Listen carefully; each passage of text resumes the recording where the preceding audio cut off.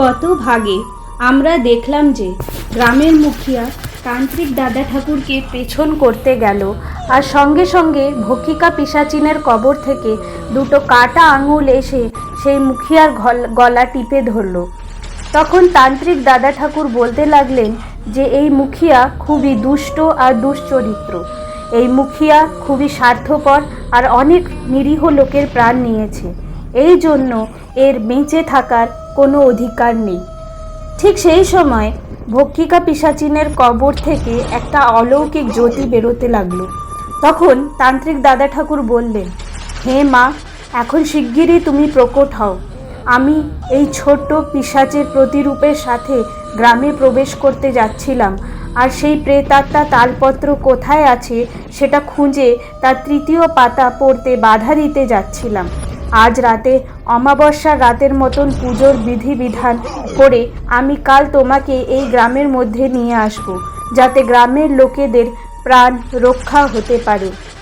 তান্ত্রিক দাদা ঠাকুর ঠিক এইভাবে কাকুতি মিনতি করে ভক্ষিকা পিশাচিনকে এই গ্রামে আসার জন্য বলছিলেন।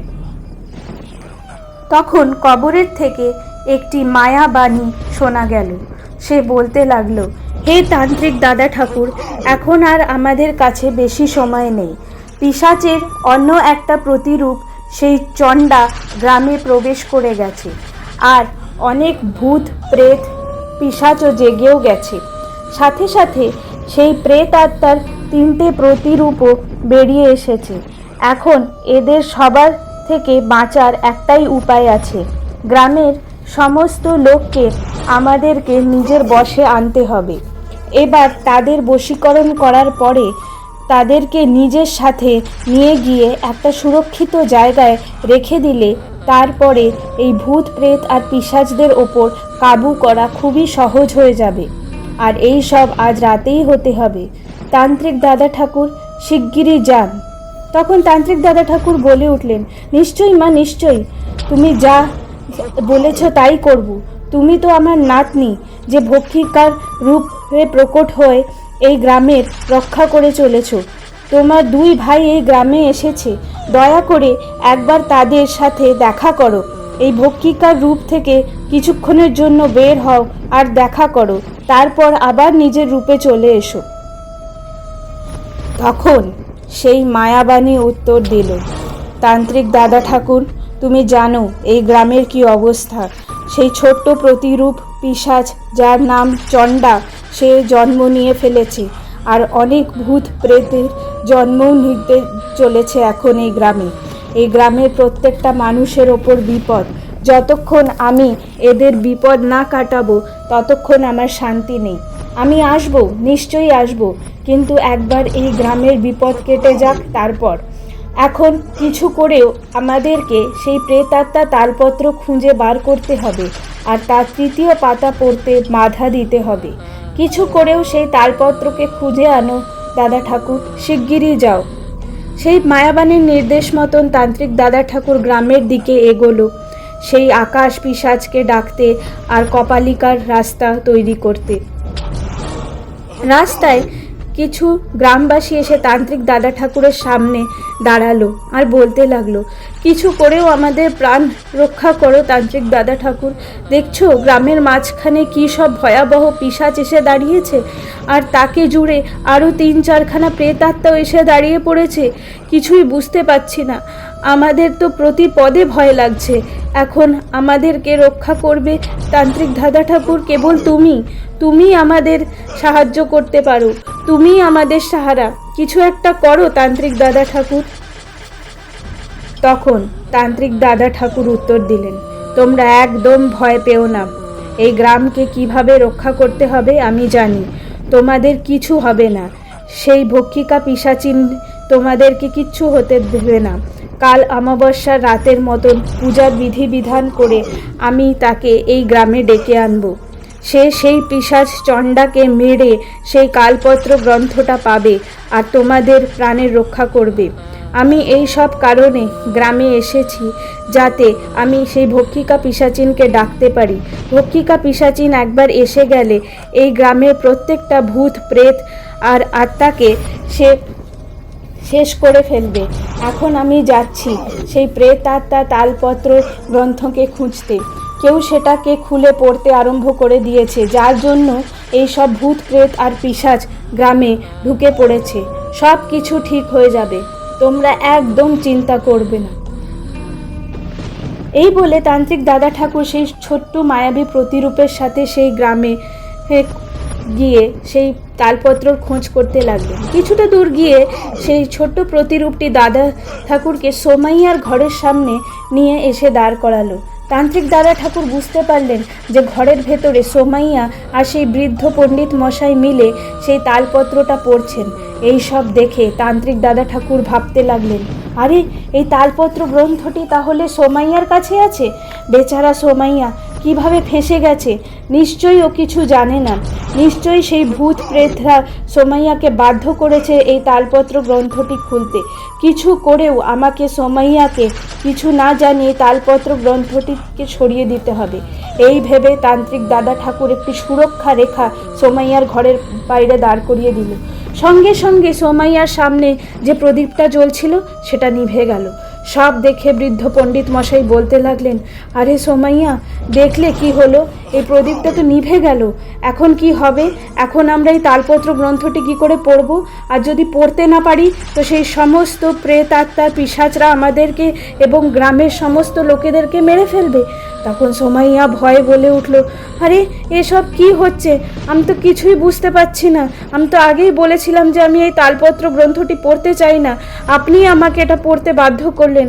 আমি যদি এটা মুখিয়াকে দিয়ে দিতাম তাহলে হয়তো আমাদের প্রাণ বেঁচে যেত, অনেক কিছু ভালো হতো। কিন্তু এখন কি হবে? এখন কি এই তালপত্র গ্রন্থটি না পড়লে এই ভূত প্রেত আর পিশাচরা আমাদের সকলকে মেরে ফেলবে? কি হবে বলুন? তাদের সব কথা শুনে তান্ত্রিক দাদা ঠাকুর বাড়ির বাইরে থেকে বলে উঠলেন, সোমাইয়া, একদম ভয় পাবে না। আমি জানি ভুলবশত তোমার থেকে এই পাপ হয়ে গেছে। এই তালপত্র গ্রন্থটি তুমি কিছু ভালো ভেবেই খুলেছিলে, কিন্তু এই তালপত্র গ্রন্থটি পড়লে অনেক ভূত প্রেত আর পিশাচরা জাগ্রত হয়ে যাবে আর উল্টো গ্রামের লোকেদেরকে মেরে ফেলবে। তুমি এখন একদম চিন্তা করো না। ভক্ষিকা পিশাচিন এই গ্রামের রক্ষা করবে, আর আমি অমাবস্যার রাতের মতন পূজার বিধিবিধান করে ভক্ষিকা পিশাচিনকে এই গ্রামে ডেকে আনব, যাতে সে এই তালপত্র থেকে আমাদের মুক্তি দেয়। তুমি এই তালপত্র আমাকে দিয়ে দিও, আর একদম ভয় করো না, আমি তোমার রক্ষা করব। এই কথা শুনে সোমাইয়া একটু আশ্বস্ত হলো আর বলে উঠল, আচ্ছা, আপনি এসে গেছেন আমার সাহায্য করতে। এখন আপনি এসে গেছেন, আমি আর ভয় পাবো না। এই নিন, এই তালপত্র গ্রন্থটি আপনিই রাখুন। সোমাইয়া বাড়ির দরজা থেকে সেই তালপত্র গ্রন্থটি সুরক্ষা রেখার বাইরে দাঁড়ানো তান্ত্রিক দাদা ঠাকুরকে দিয়ে দিল। প্রেতাত্মা তালপত্র পেয়ে তান্ত্রিক দাদা ঠাকুর বললেন, হা হা হা হা, চণ্ডা, এবার তোকে আর কোনো মতে বাঁচানো যাবে না। তোর সাথে ওই দুষ্ট পিশাচদেরকে কে বাঁচাবে? আমি এই তালপত্র পেয়ে গেছি। এখন ভক্ষিকা পিশাচিনের সাহায্যে আমি তোদের সবাইকে শেষ করে দেব, যাতে তোরা এই গ্রাম থেকে বেরিয়ে যাস আর কোনো মানুষের ক্ষতি না করতে পারিস। এই বলে তান্ত্রিক দাদা ঠাকুর গ্রামের মাঝখানে এসে পৌঁছলেন। সেখানে গিয়ে তিনি সব গ্রামবাসীদেরকে ডেকে বলতে লাগলেন, সমস্ত গ্রামবাসীরা আমার কথা মন দিয়ে শোনো। আর এখন তোমাদের ভয় পাওয়ার কোনো কারণ নেই। এখন আমার হাতে সেই তালপত্র গ্রন্থটি এসে গেছে, আর ভক্ষিকা পিশাচিন তোমাদের সাহায্য করবে এই গ্রাম থেকে ভূত প্রেত আর পিশাচদের তাড়ানোর জন্য। ঠিক অমাবস্যার রাতে যে পূজার বিধিবিধান হয় সেই অনুযায়ী তোমরা পূজার তৈরি শুরু করে দাও।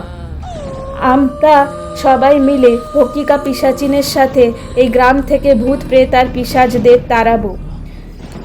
তান্ত্রিক দাদা ঠাকুরের কথা শুনে গ্রামবাসীরা অনেকটাই আশ্বস্ত হলো এবং তারা অমাবস্যার রাতের পূজার বিধিবিধান শুরু করার জন্য তৈরি হতে লাগলো। এরপর তান্ত্রিক দাদা ঠাকুর আবার সেই ভক্ষিকা পিশাচিনের কবরের কাছে গিয়ে দাঁড়ালেন। সেখানে গিয়ে তিনি বলতে লাগলেন, হে মা, তুমি শিগগিরই প্রকট হয়ে যাও। তোমার কথা অনুযায়ী আমি সেই প্রেতাত্মা তালপত্র পেতে সফল হয়েছি, কিন্তু একটা সমস্যা হয়ে গেছে। তালপত্রের দ্বিতীয় পাতাও পড়া হয়ে গেছে। তার অনুযায়ী সমস্ত ভূত প্রেত আর পিশাচরা মানব রূপ ধারণ করে যদি এই গ্রামে প্রবেশ করে যায় আর লোকেদের ক্ষতি করতে থাকে, তাহলে আমরা কি করব? তাহলে কিছুই করার থাকবে না। ওই জন্য তুমি একবার প্রকট হও আর নিজের সমস্ত শক্তি অর্জন করো। সেই শক্তিগুলোকে আমি একত্রিত করব আর এই গ্রামে গিয়ে সেই ভূত প্রেত আর পিশাচদের তাড়ানোর জন্য সেই শক্তিকে কাজে লাগাবো। ঠিক এইভাবে তান্ত্রিক দাদা ঠাকুর ভক্ষিকা পিশাচিনকে প্রকট হওয়ার জন্য আগ্রহ করতে লাগলেন। তান্ত্রিক দাদা ঠাকুর খুবই চিন্তিত ছিলেন। দাদা ঠাকুরের কথা শুনে সেই ভক্ষিকা পিশাচিন কবর থেকে প্রকট হয় এবং সে বলতে লাগে, তান্ত্রিক দাদা ঠাকুর, তোমার কথা মতন আমি সেই গ্রামে কপালমুখী রাস্তা দিয়ে প্রবেশ করব। সেই রাস্তা দিয়ে প্রবেশ করলে রাস্তায় যত ভূত প্রেত আর পিশাচ আছে সমস্ত মরে যাবে, কিন্তু চণ্ডাকে মারা একটা বিশেষ কাজ। যখন আমার মাথায় তোমরা সেই নারকলগুলো ফাটাবে, তখন তার থেকে যেই রক্ত বেরোবে সেই রক্ত একটা কাপড়ের মধ্যে নিয়ে সেই কাপড়টা চণ্ডার মাথায় দিতে হবে, তাতে সে মরে যাবে। কিন্তু এখানেই সব কিছু শেষ নয়, সে আবার বেঁচে উঠতে পারে। এর একটাই উপায় আছে। আমার বাবা পাতাল লোকে একটি ভয়ঙ্কর হীরা লুকিয়ে রেখেছে। সেই হীরাটা গিয়ে এনে সেটা যদি চণ্ডার মাথায় রাখা হয়, তাহলে সে পুরোভাবেই মরে যাবে আর কোনোদিনও জীবিত হবে না। এই কাজটা আমার দুটি ভাইয়ের মধ্যে থেকে কেউ করতে পারে।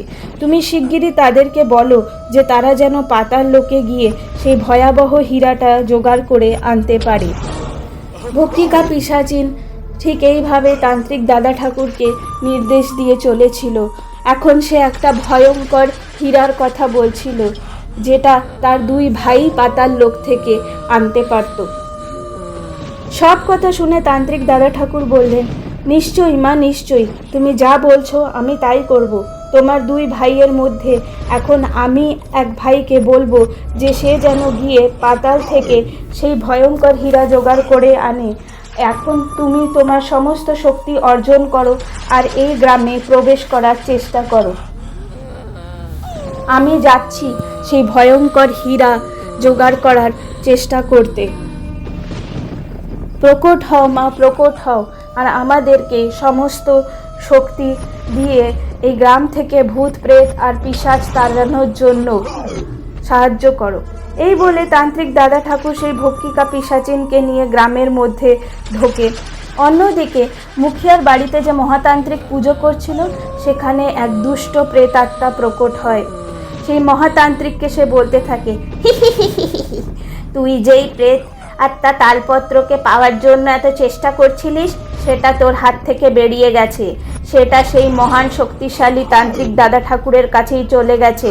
এখন সেটাকে পাওয়ার একমাত্র উপায় হচ্ছে আকাশ পিশাচিন। তার কাছে যে মন্ত্রদণ্ড আছে সেটা জোগাড় কর, আর তারপর তার সাহায্যে তুই সেই প্রেতাত্মা তালপত্রকে জোগাড় কর। শিগগিরই সব কিছু কর, নয়তো তোর হাত থেকে সব কিছু বেরিয়ে যাবে।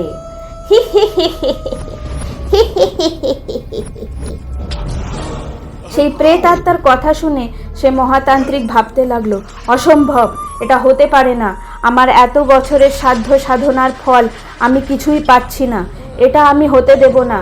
প্রেতাত্মার কথা মতো যদি সেই প্রেতাত্মা তালপত্র সেই তান্ত্রিক দাদা ঠাকুরের কাছে চলে যায়, তাহলে সব কিছু উল্টে যাবে, সব কিছু নষ্ট হয়ে যাবে। এই প্রেতাত্মার কথার মতন আমি মানব রূপ নিয়ে এই মন্ত্রদণ্ড পাওয়ার চেষ্টা করি, যার থেকে আমি এই প্রেতাত্মা তালপত্র পেতে পারবো। এই বলে সেই তান্ত্রিক কিছু মন্ত্র উচ্চারণ করলো। ওম ক্লিম রূপ নক্ষিণী, ওম ক্লিম রূপ শক্তিনী। মন্ত্র উচ্চারণ করতে না করতেই সে তান্ত্রিক দাদা ঠাকুরের রূপ নিয়ে নিল। তারপর সে দাদা ঠাকুরের বাড়িতে গিয়ে রাঙ্গাইয়াকে ঠিক এইভাবে বলতে লাগলো, আরে নাতি, আমি তোমাকে যে আকাশ পিশাচিদের মন্ত্রদণ্ড লুকিয়ে রাখতে বলেছিলাম, সেটা শিগগিরই বার করো। আমি এসে গেছি, ঘরের বাইরে দাঁড়িয়ে আছি, তুমি শিগগিরই সেটাকে বার করো আর করে আমার হাতে দাও।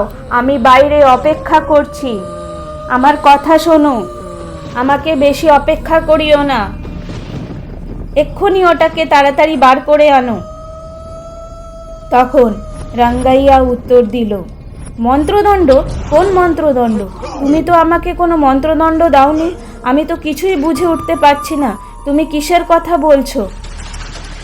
তখন সেই ভণ্ড মহাতান্ত্রিক বলল, আরে নাতি, তুমি কি ভুলে গেছো আমি তোমাকে সেই মন্ত্রদণ্ড দিয়ে গেছিলাম, লুকিয়ে রাখতে বলেছিলাম? সেইটা বার করো। আমি বাড়ির ভেতর আসতে পারছি না। আমার ধৈর্যের পরীক্ষা নিও না, যা বলছি তাই করো। সেই ভণ্ড মহাতান্ত্রিক কিছু করেও সেই মন্ত্রদণ্ডকে পেতে চাইতো। তখন রাঙ্গাইয়া বলল, আমি ওসব মন্ত্রদণ্ড ফণ্ড কিছু জানি না। তুমি নিজের বাড়িতে নিজে কেন আসতে পারছো না? নিজে আসো আর খুঁজে বার করে নাও।